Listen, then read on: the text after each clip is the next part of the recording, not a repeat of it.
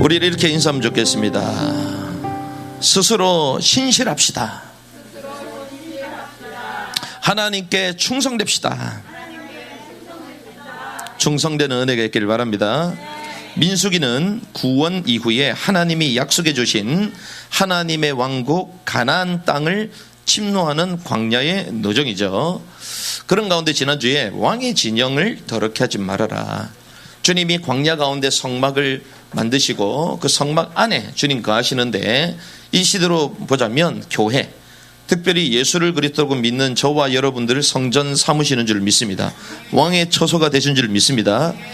그래서 예수가 그리스도다, 그분을 믿는다는 것은 영이 구원받는다는 것이죠.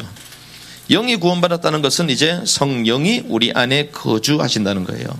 그 말은 저와 여러분들이 왕의 처소가 됐다는 것입니다. 그러나 우리의 혼은 여전히 어떻습니까? 지난주의 말씀, 문둥병자처럼, 유출 환자처럼, 그리고 죽음, 시체를 만진 자들처럼 부정한 상태 가운데 있는 것이 우리의 혼의 상태, 혼의 상태. 그래서 베드로전서 1장 9절의 말씀 보니까 성경은 이렇게 얘기합니다. 혼의 구원을 이루라고 얘기합니다. 너의 믿음의 결말, 곧 너희 혼의 구원을 받았기 때문이다 되어 있지만 그건 틀린 말이에요. 해석은 어떻게 해요? 과거로 끝난 것이 아니라 현재 진행형으로 되어 있어요. 현재. 믿음의 결국은 혼의 구원을 받아가는 것이다 라고 말하는 거예요. 10절에 그래서 이렇게 갑니다. 이 혼의 구원에 관하여는 너에게 임할 은혜에 대하여 태어난 대언자들이 부지런히 조사하고 탐구했다. 그래서 저와 여러분들은 이미 예수를 그리스도로 믿고 성령이 우리 안에 거하는 왕의 진영이 된 줄 믿습니다. 하지만 우리의 혼은 이제 구원을 받아가는 거예요. 그래서 이 대언자들을 통하여 주셨던 그 말씀을 부지런히 연구해야 될 줄 믿습니다. 그러면 우리가 지난주에 말씀을 나눴던 것이 어떻게 우리 혼이 정결해질 수 있느냐, 어떻게 이 혼의 구원을 이루어갈 수 있느냐, 그것이 첫 번째가 자백하는 것이에요. 자백은 무엇입니까? 회개하는 거죠. 요한일서 1장 9절을 보니까 우리가 만일 고백하기만, 자백하기만 하면 그는 미쁘시고 의로사 우리를 모든 불의에서 깨끗하게 하실 것이다. 우리가 주님께 고백하고 자백하기만 하면 주님은 우리 모든 죄의 불의에서 깨끗하게 하시는 분임을 믿습니다. 그래서 주님이 이 땅에 오셔서 회개하라 말씀하신 거예요. 돌아서라, 자백하라고 얘기하셨어요. 이 자백은 누구에게 하는 겁니까? 하나님에게 하는 거예요. 사람에게 할 필요가 없습니다. 사람이 마치 중보자인 것처럼 그게 다 잘못된 거예요. 오직 하나님께 자백하는 것입니다. 하지만 성경은 자백만 얘기하지 않습니다. 뭐라고 얘기합니까? 배상하라고 얘기합니다. 배상. 누구에게? 내가 죄를 지은 그 사람에게 그대로 배상하라는 거예요. 손해보게 만든 그 사람에게 가서 하라는 것입니다. 예배 드리기 전에 형제하고 사과할 일이 생각나거든 예물 드리기 전에 형제에게 가서 먼저 사과해라는 거예요. 그렇지 않으면 주님이 예배를 받지 않는다고 하십니다. 그런데 우리는 형제하고는 문제 없다고 생각합니다. 하나님한테만 회개하면 된다고 생각합니다. 그러다 보니 불신자 이 세상 사람들은요, 기독교인들을 이중인격자로 말하는 거예요.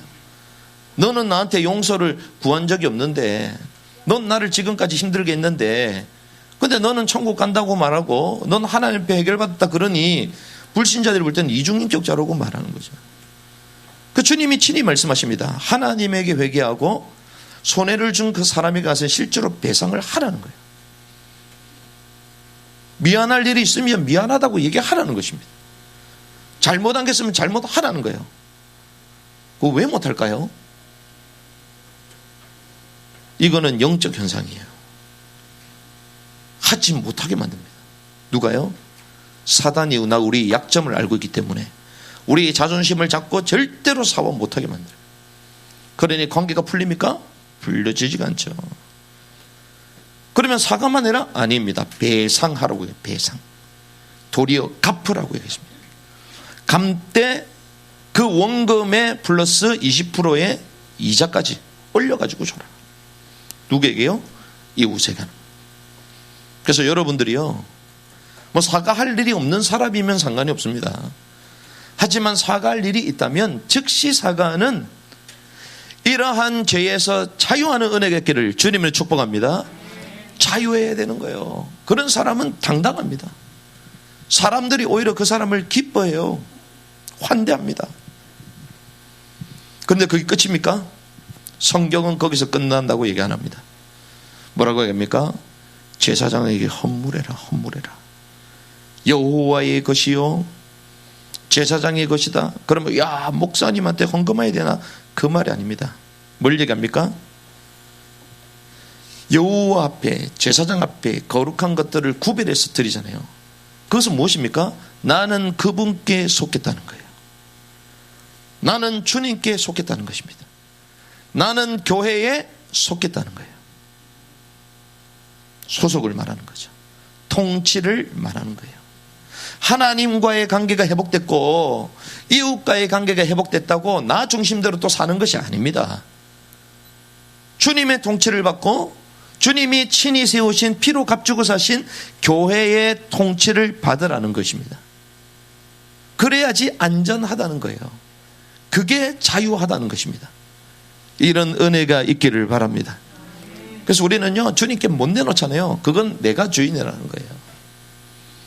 주님께 구별해 드릴 수 없다? 내가 주인이라는 거예요. 우와, 빚이 많은데요? 그래서 빚이 많아요. 그렇죠. 여러분들 지난주에 봤잖아요. 우리는 빚이 많아도 헌금합니다. 왜? 생각해 보세요. 빚이 평생 빚이 있어, 우리는. 그렇죠. 평생 빚이 있으면 평생 헌금 안 하겠네요. 그게 우리의 얄팍한 인간의 생각이에요. 그게. 그 빚도 다 주님의 것이다. 주님 끝 시작됐고 주님께로 다 돌아가는 것이다. 그래서 어떤 분이 교회 뭐 헌금을 하시겠다고 뭐 이런 분이 막 연락이 와가지고 마음이라도 귀한 것이다. 마음이라도 귀한 것이다. 왜? 은혜 받으니까요, 거기에 내가 소속되고 싶다 이거거든. 나는 주님께 나의 일부분을 드리겠다 이 말은 주님께 소속되고 싶다 이거거든요. 그래서 지난주에 나왔던 말씀은요, 여러분들이 세밀하게 적용할 수 있도록 하나님이 이런 내용들을 주시는 겁니다. 그래서 왕의 진역을 깨끗게 새롭게 하는 은혜가 있기를 주님으로 축복합니다. 오늘 본문은 의심 받는 아내에 대한 판결법인데, 특별히 이 신실하지 않는 아내에 대해서 성경은 말하고 있습니다. 어떤 성경 본문을 보면 이 두 개, 이 5장 전체를 이렇게 말하는 데가 많이 있고, 저는 특별히 이 두 가지를 좀 나눴는데, 이 두 가지가 좀 다를 수 있겠다. 같이만 다를 수 있겠다. 그래서 이 한 장을 이 두 구절로, 두 주제로 나눠서 이렇게 말씀을 나누는데요. 첫 번째 우리가 봐야 될 것은 신실치 않는 아내에 대한 법입니다. 그래서 우리가 11절과 12절의 말씀 같이 한번 읽습니다. 시작. 주께서 모세에게 말씀하여 이르시니라. 이스라엘 자손에게 말하고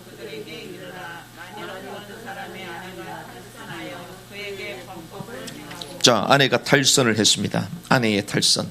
여기서 말하는 것은 범법하는 것이고 간음하는 것이고 외도하는 것이다. 이것이 실제일 수도 있고 오해일 수도 있다는 것이죠. 그러할 때는 어떻게 해야 되느냐, 바로 요겁니다. 그러할 때는 제사장에게 데리고 가서 제사장의 판결을 받으라는 거예요. 그 판결대로 아내가 순종하라 이것입니다. 그래서 15절과 16절에 보면 판결자, 제사장 앞에 가는 거죠. 그런데 이 제사장 앞에 갔지만 결국 제사장이 아니라 누구 앞에 선 거예요? 주 앞에, 하나님 앞에 선 것입니다. 그런데 그냥 서가지고 멍하게 있는 게 아니에요. 뭐 가지고 오라? 보리 음식 1에바 10분의 1을 가지고 와라. 이 헌물 하나님께 드리는 것인데 특별히 뭐가 없어요? 기름이 없고 유황이 없습니다. 기름이 없고 유황이 없다는 것은 헌물은 헌물인데 하나님께 드리는 것인데 어떤 의미예요? 안 좋은 의미. 그러니까 불법을 기억하게 하는 예물이다, 헌물이다, 이렇게 성경에 나와 있습니다. 그런데 17절에 보니까 16절에 제사장은 그녀를 가까이 오게 하고 주 앞에 세우고 어디에 물을 담으라고요? 질그릇에. 질그릇에 거룩한 물을 담아라. 이 질그릇, 많은 주석들을 보면 이 질그릇은 노띠아라고 주로 추정을 합니다. 노띠아. 노띠아가 무엇인가? 노띠아에 거룩한 물을 넣고 또 성막 바닥에 티끌을 치어서 물속에 넣어라. 이렇게 성경 말하고 있는데, 이 거룩한 걸 넣으려면 노띠아가 아니라 금띠아나 은띠아나 이런 데다 해야 될 거 아니에요? 노띠아에 넣으라고 합니다. 노띠아. 우리가 성막에 보면요, 번제단, 놋제단 있잖아요. 손을 이 노띠아가 어떤 의미냐? 금과 은은 신성을 말하는 거지만 놋은 그것이 아닙니다. 놋은 고난을 말하는 거예요.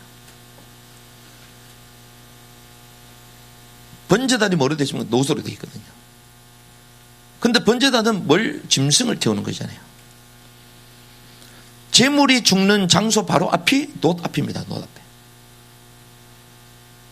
특별히 요한계시록 1장 15절에 보면 예수님의 발이 정제된 놋과 같다. 이겁니다. 놋.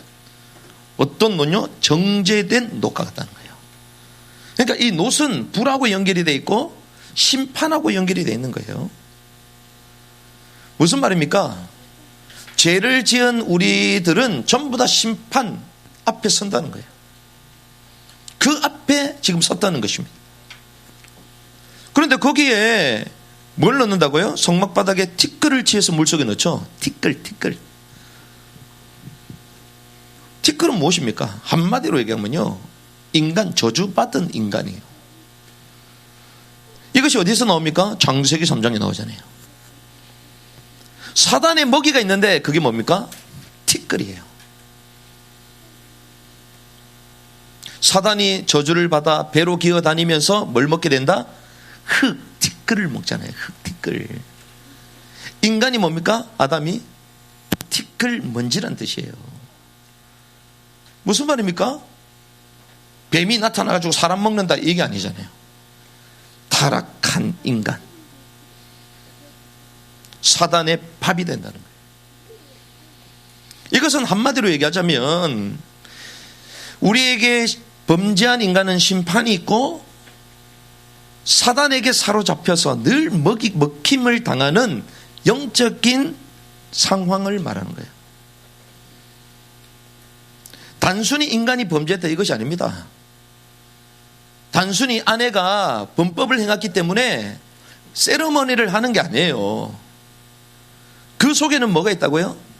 그렇게 범죄할 수밖에 없었던 이유는 사단의 먹이가 됐기 때문에. 18절에 머리를 드러나게 합니다. 머리를 헝클어가지고 드러나게 합니다. 뭘 얘기합니까? 머리는 단정하게 해야 되잖아요. 덮어야 될 거 아니에요? 드러나게 합니다. 뭡니까? 까발려졌다는 거예요. 기소되고 고발되어 있는 거예요. 비참한 상태를 말하는. 그런데 그 선물은 저주를 일으키는 선물이에요. 이게 영적 상태입니다. 19절, 여자가 맹세하게 합니다. 이것이 정말이면, 오해면 자유롭게 됩니다. 오해면. 마치 우리가 이런 걸 보면요, 와, 이건 뭐 거짓말 탐지기도 아니고 거짓말 했는지 안 했는지 이거 막 확인하는 것처럼 보이잖아요. 우리가 그 양심 냉장고 들어보셨죠? 양심 냉장고. 예전에 TV 보면 양심 냉장고 하잖아요.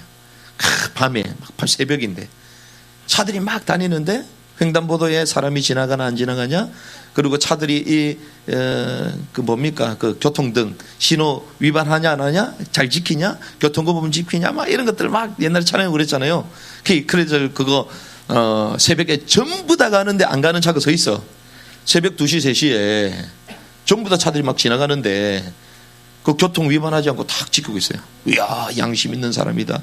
이래가지고 냉장고 써버리고 그랬잖아요. 그 옛날 얘기잖아요. 양심 냉장고 같아. 거짓말 탐지기 같아. 그런데 이게 오해면 자유롭게 될 건데 실제면 어떻게 돼? 실제면 이게 20절에서 나오죠. 넓적다리가 썩게 되고 배가 붓게 되고 저주거리가 되고 맹세거리가 된다. 여자가 아이를 못 낳으면 어떻게 되세요? 이 생산을 못한단 말이거든요. 그런데 22절 24절 보니까 또 이렇게 갑니다. 아멘 아멘, 그렇게 되어야 된다라고 따라해야 돼요. 그렇게 될 것입니다. 그래서 저주의 말들을 기록해서 이 쓴물로 지우고 그걸 마시게 한다, 이 말은 그러한 운명에 처한 기구한 여자의 모습, 인생을 말하는 거예요. 그런데 25절 31절에 보니까 이 모든 일을 마지막에 누가 뒤처리해줘요? 제사장이 뒤처리를 합니다. 영적 매듭이 지워져야 된다는 거예요. 그러면 이 대충 아시겠죠? 스토리를. 신실하지 못한 아내에 대한 법이 이런 법이다.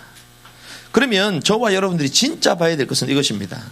우리가 이런 내용을 모르면 다른 데서 이 설교를 들으면요, 우와 똑바로 살아야 되고, 우리가 막 가늠하면 안 되고, 그렇지 부모 말, 남편 말을 잘 들어야 되고, 이렇게 생각할 수 있는데 그것도 맞지만 더 깊은 의미가 있습니다. 깊은 의미가. 그것이 두 번째입니다. 신실치 않는 아내에 대한 영적 이해입니다. 자, 여기서 좀 재미난 게 있어요. 저도 말씀을 계속 묵상하면서, 이야, 이건 한편으로는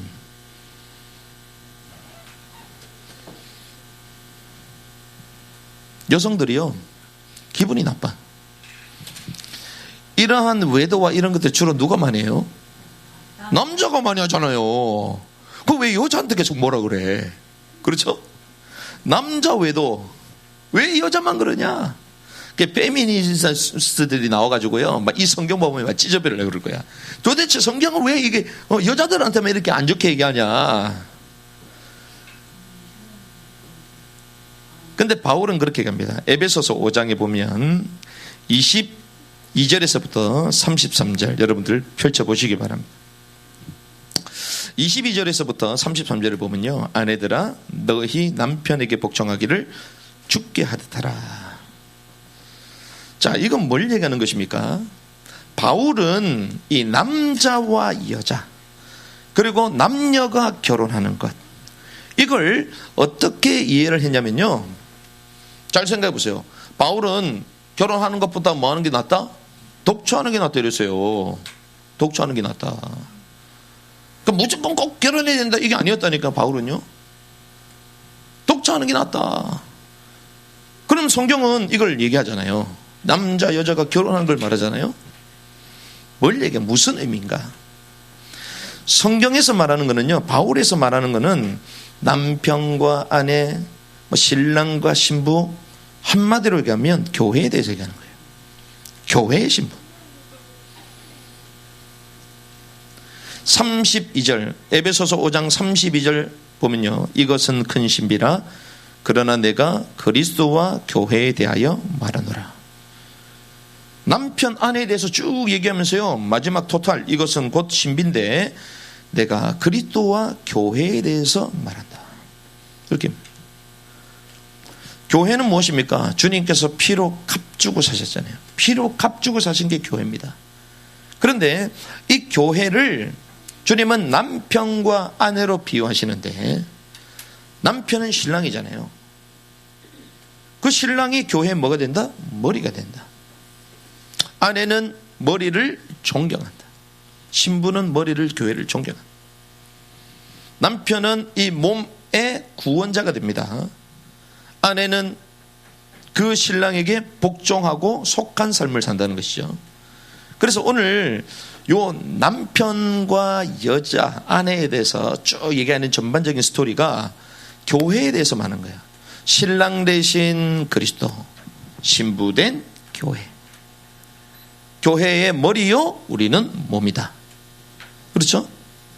주님은 뭐가 되신다? 남편이 되시고, 우리는 뭐가 된다? 아내가 된다는 거예요. 그럼 남편이 문제 있어 없어요? 없습니다. 그런데 여기 뭐가 나와요? 신실치 않는 아내에 대해서 나오잖아요. 이 말이 무슨 말입니까? 교회에 대해서 말하는 거예요. 와, 우리는 여자기 때문에, 그건 또 남자니까 나는 괜찮겠네, 그게 아니고 우리 교회에 대해서 얘기하는 거예요. 신실치 않는 이 여자 아내가요, 우리 교회를 말하는, 교회. 그래서 여기서 뭘 얘기합니까? 외도를 말하죠. 교회가 지금 뭐하고 있다? 외도하고 있다는 거예요. 외도하면 어떻게 되냐? 그걸 말하는 거예요. 외도는 뭡니까? 하나님, 영적으로 하나님과 이탈하는 거잖아요. 하나님에게서 이탈하는 게 왜곡이잖아요. 범법을. 영적으로 이혼한 거야. 영적에게 무관합니까? 우리가 살면서도요, 사별하는 경우도 있고 이별하는 경우가 있잖아요. 그 두 개 다 문제가 많아. 그렇죠? 같이 살면 더 문제 많아. 안 맞아가지고. 그런데요, 여기는 영적으로 외도를 하고 하나님과 분리된다. 우리가 살면서도 나눠지면 힘든데 영적으로는 오죽하겠냐는 거예요. 본문에서 말하는 게 바로 그것입니다. 그러면 저와 여러분들이 오늘 이 본문을 가지고 신실치 않는 아내에 대한 영적인 이해를 깊게 해야 된다는 것이죠. 말씀을 정리하겠습니다. 우리가 설립 5주년이 됐는데 주님이요, 우리에게 주시는 말씀이 스스로 신실하라는 거예요. 너희들은 뭐다? 왕의 아내다. 주님이 뭐라고 말씀해? 교회요, 신실하라. 그런데 어떻게? 스스로 신실해. 스스로. 제가 왜 스스로라는 단어를 넣냐? 한편으로는 거짓말 탐지기요, 양심 냉장고처럼 여자가 외도 안 했을 수도 있잖아요. 그럼 억울하잖아요. 그런데 왜 본문을 가지고 계속 여자가 외도한 것처럼 말하냔 말이야. 왜 남편이 계속 의심하냐는 말이에요. 나는 안 했는데, 깨끗한데, 신실한데. 성경 누가 적었어요? 하나님이 우리에게 주실 말씀이 있어서 주신 거잖아요. 근데 우리는 억울해. 신실한데요? 무슨 말입니까? 네가 억울하냐? 진짜 신실하냐? 스스로 신실해라. 그 얘기예요.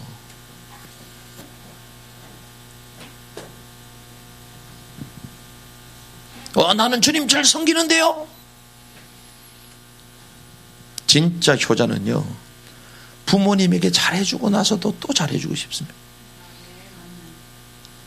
나는 부모님한테 잘하는데요? 매달마다 돈 보내고 매일마다 전화하고 부모님 먹고 싶은 거 카드도 주고 다 하는데요? 그런데 한 번도 안 찾아가? 부모님 원하는 걸 전혀 안 해?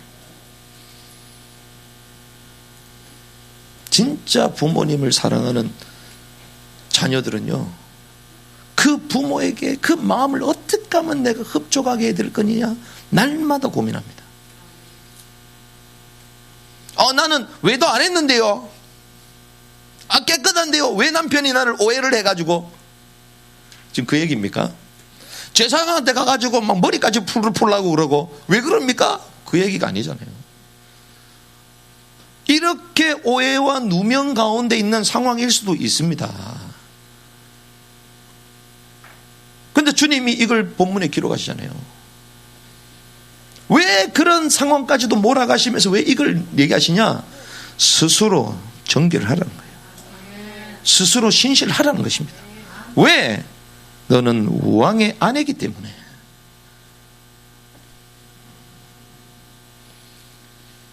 그래서 결론 첫 번째, 여기에 질투가 몇 번 나와요? 6번 나와요. 엄청 많이 나와. 질투하는 하나님이다. 질투. 하나님은요, 어떤 분이세요? 질투의 하나님이에요. 의처증입니까? 이 말은 무슨 말이죠? 우리의 양심을 찌르는 거예요. 나는 안 했는데요? 그 얘기는 아니잖아요. 주님이 양심을 찌르는 겁니다. 나는 괜찮고, 나는 성령 충만하고, 나는 주님께 헌신 많이 했고. 진짜 그러냐? 주님 물어보는 거예요. 진짜냐? 양심을 찌르는 거예요, 이 본문이. 출애굽기 20장 5절.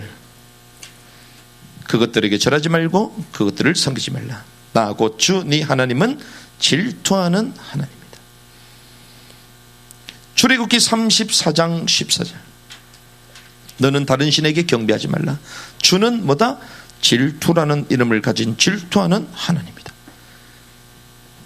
고린도서 11장 2절. 내가 하나님께 속한 질투로 너희에 대하여 질투한다. 바울이 그렇게 하면 바울이요 하나님께 속한 그 질투로 나도 너희들을 질투한다는 거예요. 왜? 이는 내가 너희를 순결한 한 처녀로 그리스도께 드리기 위해 한 남편에게 너희를 정혼시켰기 때문이다. 내가 너희를 하나님과 정혼시켰다는 거예요. 내가 중매자가 됐다는 겁니다. 그런데 너희는 왜 정혼시켰는데 왜 하나님을 사랑하지 않냐는 거야. 세상을 사랑하냐는 거예요. 질투한다는 거야. 의처증이 아닙니다. 영적인 의처증이에요. 왜 그렇죠? 전심을 다하여 남편을 사랑 안 하니까. 전심을 다하여 남편 주님만을 바라보지 않으니까 질투의 감정이 나오는 거지. 그래서 오늘 본문이 바로 그겁니다. 했다라고 정확하게 얘기 안 하잖아요. 한 경우와 아닌 경우 두 가지를 얘기하잖아요. 하나님은 어떤 하나님? 질투의 하나님. 우리 양심을 찌르는 말씀입니다. 근데 제가 왜 이 말씀을 정리하면서 이런 생각을 했냐.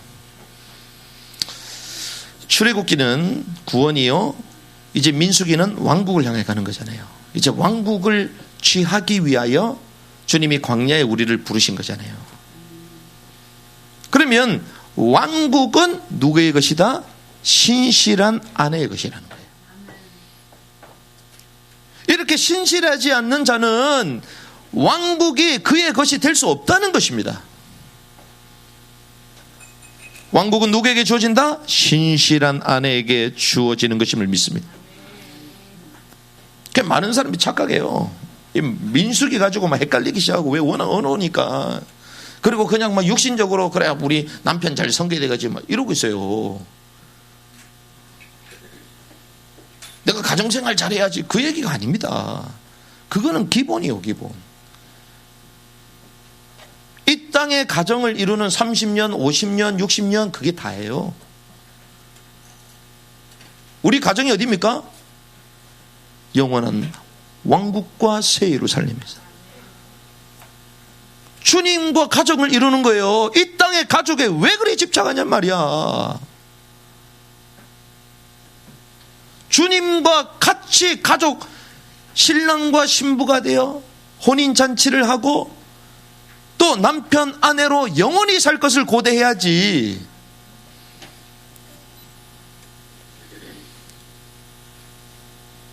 신실하지 않으면요, 왕국에 들어갈 수가 없습니다. 그래서 요한의 계시록을 보면 분명하게 나옵니다.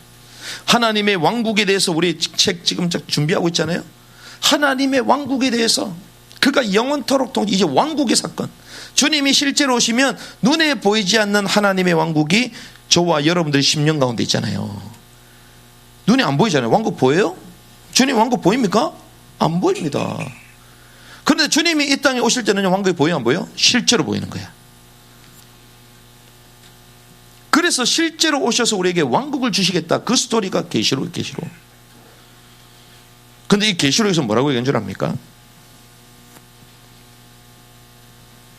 요한계시록 1장 4절에 보면요, 요한은 아시아에 있는 7교회에게 편지하니 지금도 계시고 전에도 계셨고 앞으로 오실 분과 그분의 왕자 앞에 계신 7 영과 이러면서 5절에서부터 또 신실한 증인이시여. 7 영에 대해, 성령에 대해서 막 얘기하시다가 예수님에 대해서 설명 딱 시작하는데 뭐부터요? 신실한 증인이시여. 왕국의 왕으로 계신 주님이요, 뭐 하시다? 신실한 증인, 증인이라는 증인. 이 땅에 있으면서 신실함을 유지하셨다는 거예요. 계시록 2장 10절. 네가 장차당할 그것들 가운데 어떤 것도 두려워하지 말라. 보라, 마귀가 너희 중에서 몇 사람을 감옥에 던져넣어 너를 시험하리니 너희가 열흘 동안 환난을 당하라. 너는 죽기까지 뭐하라? 신실하라. 충성과 신실이 같은 거예요. 충성이 외적인 것이라면 신실은 내적인 거거든요. 그리하면 뭘 주겠다? 생명의 간을 네게 주리라. 또 신실이 계속 나옵니다. 이 신실하지 않으면 왕국에 못 들어간다는 거예요. 왕국은 신실한 자의 것이라는 겁니다. 요한계시록 2장 13절, 내가 네 행위를 알고 또 네가 거하는 것을 아노니 즉 사단의 자리가 있는 것이라. 네가 내 이름을 굳게 붙잡고 안디바가 나의 신실한 순교자가 됐다. 신실한 대표적인 인물을 말씀하시면서 순교당한 안디바를 말하는데, 버가모는 사단의 근저가 있는 곳이잖아요. 그런데 칭찬할 게 있는데 그게 뭐냐? 나의 신실한 순교자, 나의 신실한 순교자. 누구의 것이다? 나의, 주님의 것, 나의 신실한 순교자 안디바가 있다는 거예요. 그 버가모 교회가요, 주님의 책망을 받음에도 불구하고 그 신실한 순교자 안디바 때문에 칭찬을 받아요. 그 안디바에 대해서 주님 칭찬하신다니까. 신실한 제자요, 신실한 순교자입니다. 안디바, 여러분들 영상 다 보셨죠? 안디바가 뭡니까? 안티파스. 안티, 반대한다는 거예요. 반대. 그렇죠? 안티크라이스트, 적그리스도 반대한다는 거예요. 안티가. 안디바. 안디바, 파스 뭡니까? 모든 것. 모든 것을 반대해요. 뭘 모든 것을 반대해? 이상한 사람이네. 그 시대가 사단의 세상의 것들 막 섞여가지고 막 교회 들어오니까 이걸 어떻게 해요? 반대해버리는 거예요. 한국 교회 내에 막 연합한다는 이름으로 막 들어오잖아요. 반대해버렸어. 유튜브를 통하여 쓸데없는 것들이 막 들어오는데 다 받아들여. 안디바는요, 복음 아닌 것들은 다 떨쳐버렸습니다. 다 좋다고 좋은 게 아니에요. 만약에 그게 진짜 좋다면, 그게 진리라면 일심 전심 지속 계속 들어야지, 계속 순종해야지, 계속 따라가야지. 그렇지 않아요? 진리잖아요. 바울이 뭐라고요? 같은 말을 계속한다. 왜? 그것이 너에게 뭐하다? 안전하니라. 바울의 말씀은 좀 지겨워. 왜 똑같은 말 계속 얘기해? 근데 그게 맞아요, 틀려요? 맞아요. 그러니까 계속 따라가는 거예요. 그래서 여러분들이요, 변하지 않는 걸 붙드시기 바랍니다. 변하는 걸 붙잡았다는 증거로 계속 바뀌잖아. 그렇지 않아요? 사람도 바뀌고, 삶도 바뀌고, 듣는 것도 다 다르고, 바뀌잖아요. 버스 노선이 여기 3개가 오는데, 저희 집에 가는 게 있어요? 그 노선이 변경이 안 되니까 그거 타고 가면 돼. 그렇죠? 10년, 20년, 30년 안 바뀌면 계속 그거 타면 돼요. 그렇죠? 근데 바뀌었어? 타면 돼요? 안 돼요? 안 되죠? 바로 그겁니다. 저와 여러분들이요, 우리에게 주시는 말씀을 일심전심지속으로 계속 듣고 있잖아요. 왜? 그게 진리니까. 진리니까 더럽고 열받고 막 힘들어도 이 교회 붙어 있는 거야. 할렐루야. 왜? 말은 맞거든. 성격이 맞거든. 남들 볼 때는 막 전혀 올 수 없는, 그래서 이번 주도 막 금요일날 기도하러 누가 오셨는데 1시간 동안 헤맸다는 거야. 1시간 동안. 밤에 막 11시 기도회라는데 1시간 동안 헤매서 막 씨거리면서 오더라고. 1시간 동안. 그게 난 속으로 1시간 동안 도는 게 그 기적이다, 그게. 다른 사람들은 포기하고 할 거 아니요. 돌면서 그래도 와. 왜? 기도해야 되니까. 여기에 하나님의 역사가 있으니까. 남들이 찾지도 못하는 것인데, 또 오라도 뭐 칭찬도 안 해줘. 우리 교회는 전부 다 각자 도생이잖아. 알아서 살아남아야 돼. 아무도 왔다고 반가워해 주지도 않아. 오히려 가라 그래.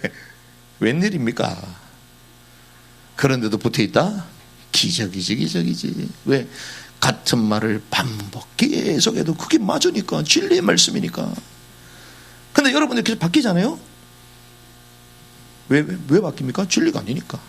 그 말은 내가 진리 아닌 곳에 인생을 계속 허비하고 산 거예요, 지금까지.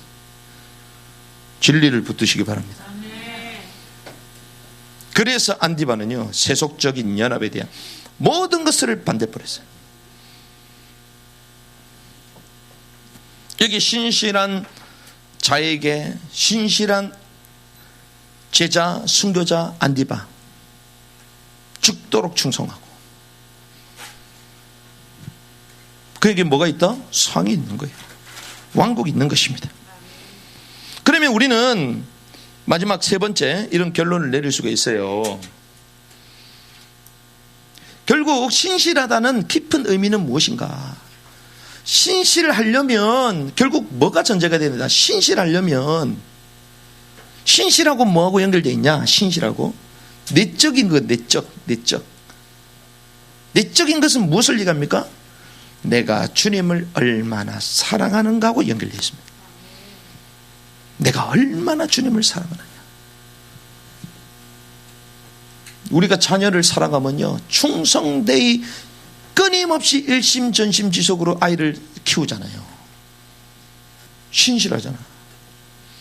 요즘 또 음악 프로 막 이런 게 있나 봐요. 옛날에 뭐 아이돌 출신들이 나와가지고 다시 막 노래 부르고 막 이런 게 있나 봐. 그럼 뭐 떡기를 봤는데, 어이구야. 그 자기가 옛날에 막 그룹 활동을 했는데 딱 나서 노래를 불러. 노래를 부르면 뭐라고 했냐? 자기 특기가 뭐냐? 아이 드라이기로 머리 빨리 말려주기. 이게 특기야. 왕년에 그래도 유명했던 가수인데. 그러니까 그걸 심판 그 사람들이요, 아이돌이 그걸 막 이렇게 하나 보던데, 그걸 보면 우는 거야. 왕년에 잘 나왔던 가수가 아이들 머리 말려주는 게 특기라고 적어놓고 나온 거야. 왜? 자기도 그래야 될 가능성이 있다는 거예요. 꿈을 선택하느냐, 아이를 선택하느냐. 아이에게 충성하니까 꿈을 내려놓고 아이를 머리 말려주면서 십몇 년 동안 그래 사는 거잖아요. 아이를 사랑하니까. 안 사랑하면 어떡해요? 야, 네가 알아서 해라, 알아서 해라. 배고파, 야, 알아서 먹어라, 알아서 먹어라. 그럴 거 아니에요. 신실은 뭐하고 연결되어 있습니까? 얼마나 신랑을 사랑하느냐, 주님을 사랑하느냐 연결되어 있습니다. 그래서 성경은 신랑 되시고 우리 남편이 되시고 왕 되신 주님을 얼마나 사랑하는가 달아보시는 거예요. 성령 충만함이 무엇입니까? 신랑을 고대하고 사랑할 때 성령 충만함이 임하는 거예요. 그래야 할 때 뭘 준비하게 되죠? 기름을 준비하게 되잖아요. 기름을 준비할 때 기름이 뭡니까? 성령 충만이죠. 성령 충만이 흘러나오는 거예요. 신실한 삶을 살게 됩니다. 왜? 신랑을 기다리니까. 신랑이 원하는 삶, 신랑을 기다리는 삶, 신랑이 왔을 때 신랑과 어울리는 옷을 입고 있어야 되잖아요. 그 신랑 되신 그분은 공의로운 분인데, 신실하신 분이신데, 그건 내가 신실하지가 않아. 내가 공의가 없어. 그 옷이 없어요. 만날 수 있어요? 못 만납니다. 그러니까 저는 요즘 요한계시록 쭉 훑어보면서요, 계속 생각되는 게, 주님이 얼마나 좋은 분이시냐. 와, 우리는 주님 오셔서 심판하신다 그러잖아요. 심판. 맞습니다. 하지만 주님의 진짜 심령은 뭔지 알아요? 상 주기 위하여 오시는 거예요. 상 주기 위하여. 그럼 생각해 보세요. 내가 상 주려고 왔어. 기쁜 마음을 상을 줘야 되겠다. 상을 주려고 왔는데 웬일이야? 책망을 받아야 되네. 큰일 났습니다. 아이들한테 신부름을 시켜놨는데 내가 올 때까지 이거 좀 정리해. 와가지고 막 아이들 이제 정리했겠지. 그래가지고 기쁜 마음을 가지고 상을 주려고 막 장보고마트 가가지고 이것저것 사가지고 왔어. 웬일이야? 시켜놓은 걸 다 찢어내고 있네. 엉뚱한 가고 있어. 어떻게 되겠습니까? 저는 상 주러 오신다. 그분이 알매도 불구하고 우리에게 어떻게 상을 주려고 오시는 거예요. 상을 주려고. 우리 못된 걸 막 정지하고 이게 아니라 상을 주려고 오시는, 상을 주려고. 그 주님의 마음. 와, 근데 우리는 전혀 관심 없어. 상을 주나 마나, 주님 오나 안 오나 뭐 상관없어. 야, 우리 같았으면 그걸 뭐 신부라고 그거를, 그렇죠? 관심은 그냥 회초리 가지고 그냥 올 건데 그냥. 근데 상을 주겠다고 상을 갖고 오시는 거죠. 아, 주님들 그거 너무 모르구나. 죄송합니다. 우리처럼 개판 살아도 주님이 이런 인간, 쓰레기 같은 인간에게 하나님 그래서 상 주려고 기쁜 마음으로 오셔 기대하시면서, 그런 하나님이 고대 안 됩니까? 그런 주님을 생각해도 간격이 안 돼요? 간격이 없어. 주님을 생각을 안 해. 잘하고 있다 생각해. 신실하대. 깨닫는 은혜가 있을지. 주님을 사랑하면 주님의 말씀을 따르고 순종하게 되는 것입니다.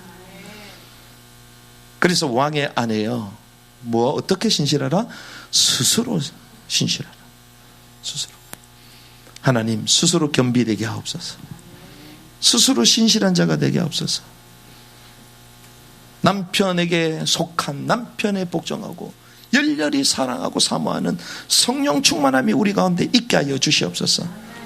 그때 주님이 우리를 아내로 맞으시며 왕국의 왕으로 영원토록 누리게 하실 줄 믿습니다. 그래서 우리가 집중기도 훈련이 또 진행이 되잖아요. 주님의 영광이 임하면 어떤 일이 벌어진 줄 압니까? 와, 성령 충만하다, 한번 해보자. 틀린 거예요. 주님의 영광이 임하면요, 화로다, 내가 망하게 되었구나, 그 고백이 나옵니다. 여러분들 오늘 말씀을 듣고 와, 말씀 좋다, 막 이렇게도 해석하네, 그게 아니요. 이 말씀이 임할 때 저와 여러분 심령에 나는 망하게 됐구나,